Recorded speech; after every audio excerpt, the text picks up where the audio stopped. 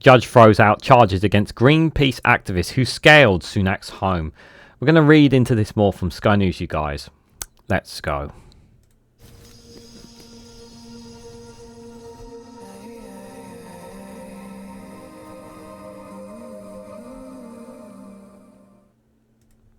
Good morning, good afternoon, good evening, wherever you are in the world. This is Reganelite here with an article from Sky News with the headline that a judge throws out charges against Greenpeace activists who scale Sunak's home.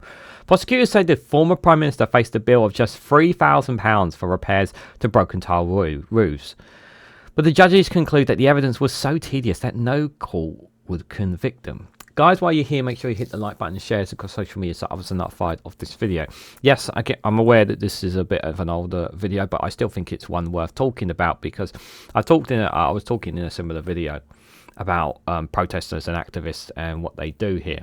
Now, I will say with regards to this specific protest here, I'm going to say this straight off the bat. They should not have invaded Rishi Sunak's home. They should not have staged a protest on top of his house in any way, shape or form. In any politician, I don't agree with it. I don't think it's right. I don't think it helps their cause.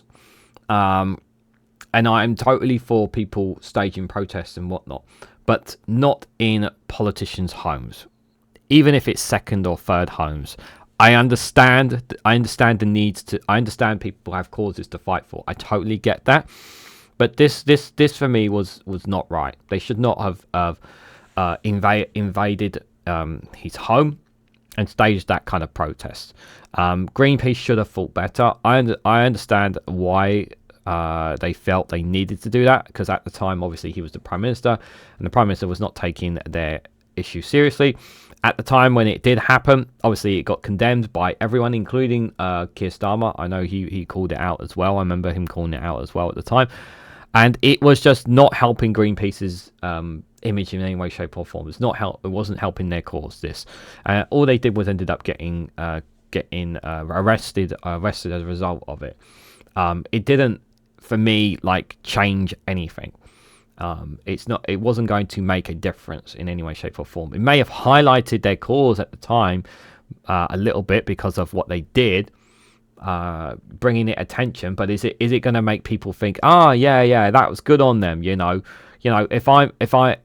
me, it's like, if I'm a politician, and you come home into your personal home and you find your personal home has been, have been staged by protesters or whatnot, it's not really, politicians do need to have that space. Now, if they did this in a constituency office, if they did this in on a political building, I would have a difference of opinion there, because obviously you're targeting the politician here. This just feels a bit too personal when you're talking about somebody's property. That's just kind of my position on that. You can disagree down in the comments below, and that's totally cool by you. But I think this was just too far of a length on me. Now, obviously, the other thing as well is obviously that Rishi Sunak and his wife were trying to claim that the protesters caused damage to the roof.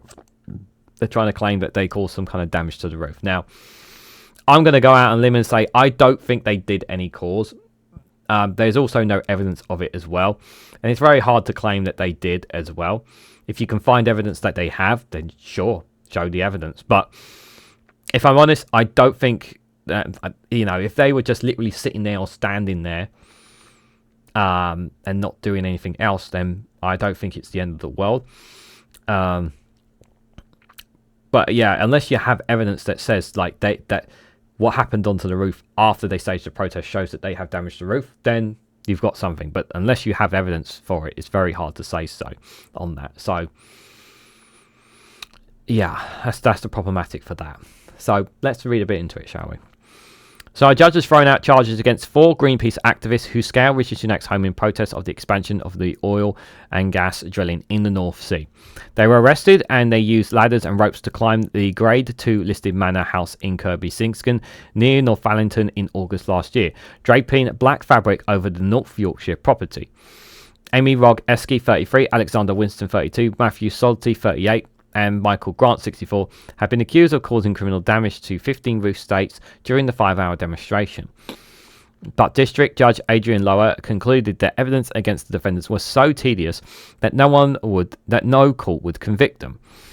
He said he would deliver a full ruling on the 11th of November. Prosecutors at York's Magistrates Court said Mr Sunak and his wife were left with a bill of just under £3,000 for repairs. But defence lawyer Owen Greenhill argued it could not be proved that the roof damages were caused during the protest. It's hard to know for certain there.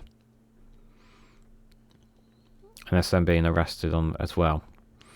The trial heard that Malcolm Richardson, a foreman and experienced roofer, was asked to inspect the area of roof where the protesters had been and identify 15 tiles which needed repairing. During Mr Richardson's evidence, it was found that 3 of the 15 pictures used by the prosecution were actually of the same tiles taken from different angles, and some had been taken after Mr Richardson had moved the tiles to carry out the repairs in November. Oh, so what the expert? So obviously, who's an expert here? So what they were trying to the prosecution were basically trying to dupe Mr Richardson into believing that they actually did damage, but he didn't see any because he's an expert at this. Mr Greenhill defended, saying there appeared to be cracks to tiles in parts of the roof where the activists have not been, and applied for the case to be thrown out. He told the court, "It's clear this is a roof where there is pre-existing damage in areas where the protesters did not go." Greenpeace said demonstration was a response to plans to allow new licenses to be granted for further development of North Sea oil and gases off the coast of Scotland. Outside the court, one of the defendants, Michael Grant, said justice and common sense prevailed in court today, but that hasn't been the case for many activists recently. Peaceful protest is a vital part of our democracy. He said the activists had targeted Mr Sunak's home because it was a personal decision for him to issue new fossil fuel licenses. They also knew the then Prime Minister and his family were on holiday at the time of the protest, he added. Okay, I need to respond to that. I understand that it was Sunak's call to add new fossil fuel licenses. I understand that. And yes, they did it obviously while the family were away again. But that's still a personal attack. It's still crossing the line for me. You do not go on to an MP's or a politician's own home. Like, you can target their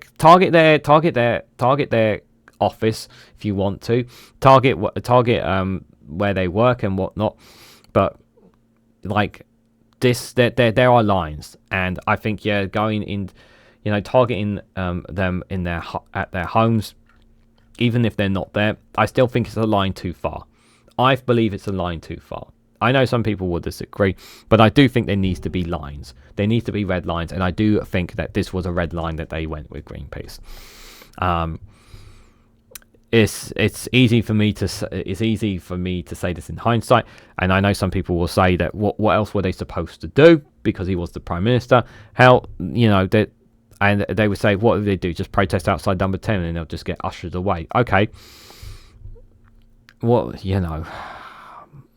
It didn't. For me, it didn't. Did it make a difference? Did it make a cause? Did it make people more aware? Did it get more people on their side? Because here's the thing, right? If you want your campaign, if your activity to be successful, you obviously have not just got to win appeal, but you need to win over the British public as well. And you have a media that's not going to be on your side on some of the things that you do. So you've got to be very careful about the decisions you make. The ordinary person who believes in climate change and doesn't believe in the oil and gas, obviously the new licenses and the decision by the Prime Minister, but will they think it's acceptable for protesters to invade his home and stage a protest on top of his house? I don't think they would. I generally don't think they would. They would understand their cause, but but at the same time, it would also put people off their cause because of the lengths that they're prepared to go. And there are lines that some members of the public will say, you know what, like, I like their cause, but I think they go too far, so I'm not going to support them. That's what I think anyway. But what do you guys think? What do you guys make of the decision by the judge? What do you guys make of the Greenpeace activists for doing them? Do you think there was any justification at the time for them to doing what they did? Let me know your thoughts and more down in the comments section below. If you found this video informative, please hit the like button. We'd greatly appreciate it. Share this across social media so others are notified of this video. If you haven't subscribed already, please consider subscribing because it really does help support the channel. And if you want to go one step further, financially support me and the work that I do here, you can do so by becoming a YouTube member for as little as 99p, or join me on Rumble or Patreon for exclusive content on those platforms. So thank you all so much for watching, and I hope to catch you all very, very soon.